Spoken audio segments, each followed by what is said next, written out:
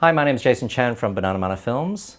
We're about to use the wonderful Sony a7s on one of our TV productions. This amazing palm-sized camera is a beast in low light, which has opened us up to all sorts of possibilities in terms of lighting. But one of the things that's really important in any production is audio. So we wanted to test the audio here using various sort of setups of microphones and preamps. The preamp that we love is the Juice Link preamp, which has a very quiet noise floor. So we're going to test that versus the Sony's own internal amplifier. And of course, we love to record sound directly into camera so that we don't have to do a lot of syncing afterwards.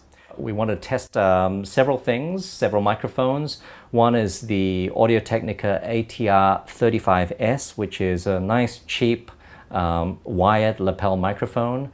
Then we're going to go to test our wireless EW100G3 Sennheiser microphones, and also two of our shotguns. The shotguns that we like are a very economical AT897 Audio-Technica, and also one of my favorite microphones, the Audix SCX1.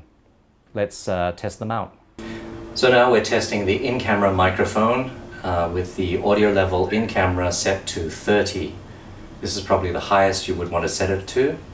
Let's just have a listen to the noise floor.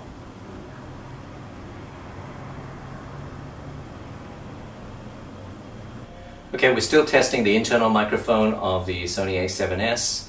The audio level now is set at 20. And with me just projecting a little bit, I'm about 1.5 meters away from the camera. Projecting a little bit, we are finding that the volume levels are about -10 dB.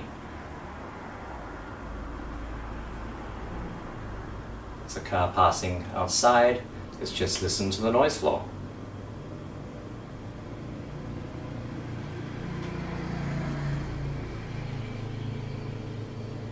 And now we're testing out the Sennheiser MKE400, which is a mini shotgun mic that sits on top of the camera. It's about 1.5 meters away, and we've got the little volume boost on the microphone, which is a little amplifier, and the in-camera amp is set to 15.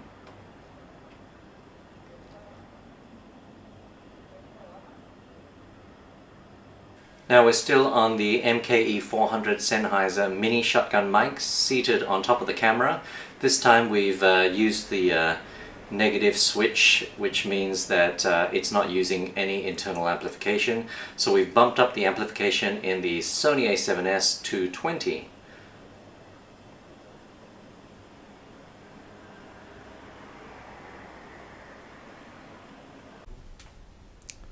And now we are testing the lapel microphone, wired one, Audio-Technica ATR35S. We love using this microphone because it's a nice wired microphone. We don't have to do a lot of setup. It goes straight into camera. At the moment, we've set the camera's audio setting at 20 so that we can raise my volume up to a good level in camera. So we're just testing this microphone, and let's have a listen to the noise floor.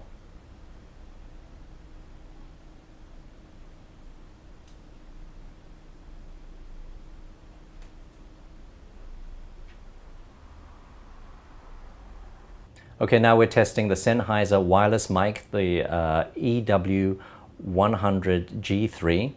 The transmitter here is set to -24 dB. The receiver on the other end is set to -12 dB, and it's going straight into the camera.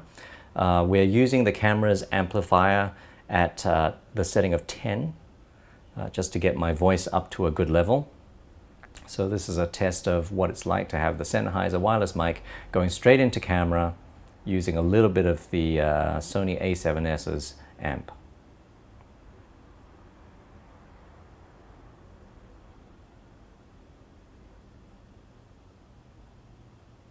Okay, we're still testing the Sennheiser EW100G3. This time the sensitivity setting here is -24 dB.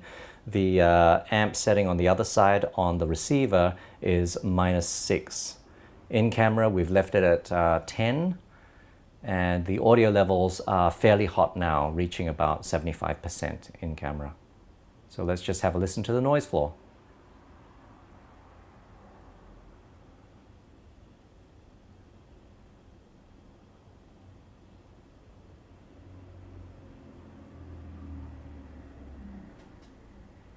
We're still on the Sennheiser EW100G3.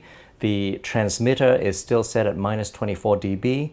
The receiver, on the other hand, is set at 0 dB. And so in camera, we've managed to reduce the amp down to 5. We're still getting a nice hot signal in camera now, so let's just have a listen to the noise floor.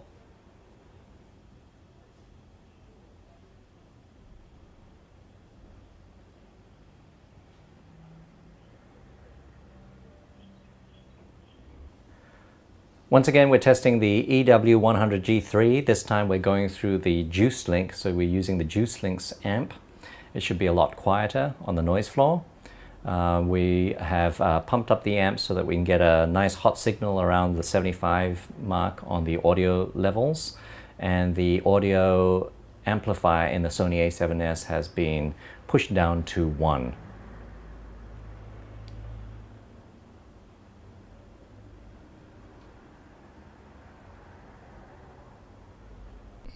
Now we're testing a couple of things. Firstly, we're using the Audio-Technica AT897 shotgun, which is a great little workhorse. We've used it on 2 productions already. It just works and works.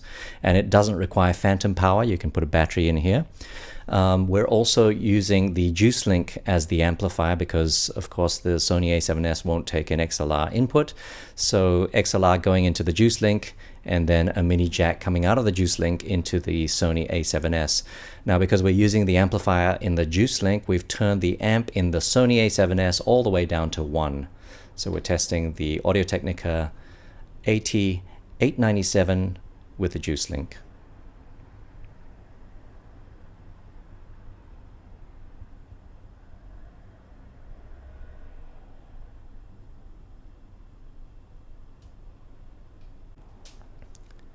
So now we're still testing the Audio-Technica AT897, but what we're doing now is turning down the amp on the Juice Link as low as possible to about a quarter.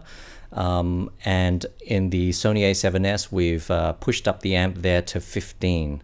So we just wanted to see what the amp is in the Sony a7s compared to the Juice Link. Let's have a listen to the noise floor.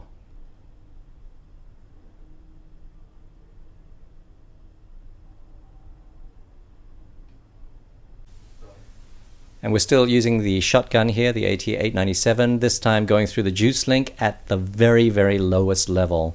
So we've bumped up the Sony amp to 30, and we just wanted to see what it was like using the amp in the Sony versus the Juice Link, and what the noise floor would be at this level.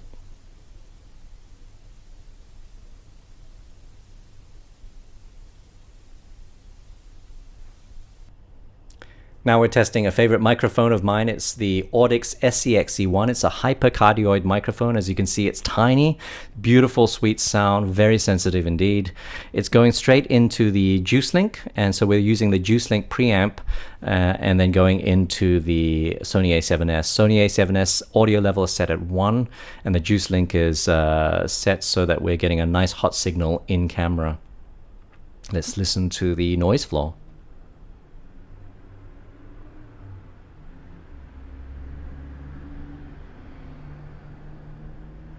One of the things we always want to test with our microphone and audio setup is whether or not there is a limiter in the camera.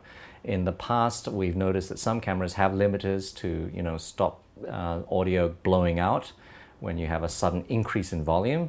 That is sometimes a really good thing. Other times it's not, because you get a sort of a crushing of that top level sound. So we just wanted to test whether the Sony a7s has a limiter or not, by from time to time me just shouting really loudly or speaking really softly, followed by a loud section in my talking, or a shout. I'm shouting now!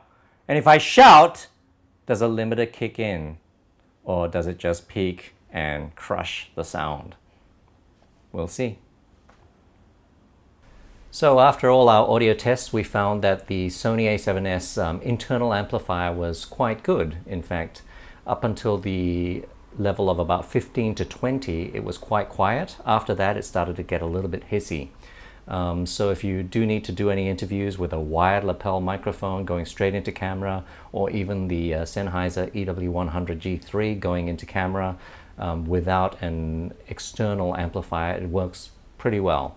However, if you need an XLR input or you want further control and an amplifier outside of the Sony a7s, we totally recommend the Juice Link, which has a very, very quiet preamp. Hope you enjoyed our test. Thanks for watching.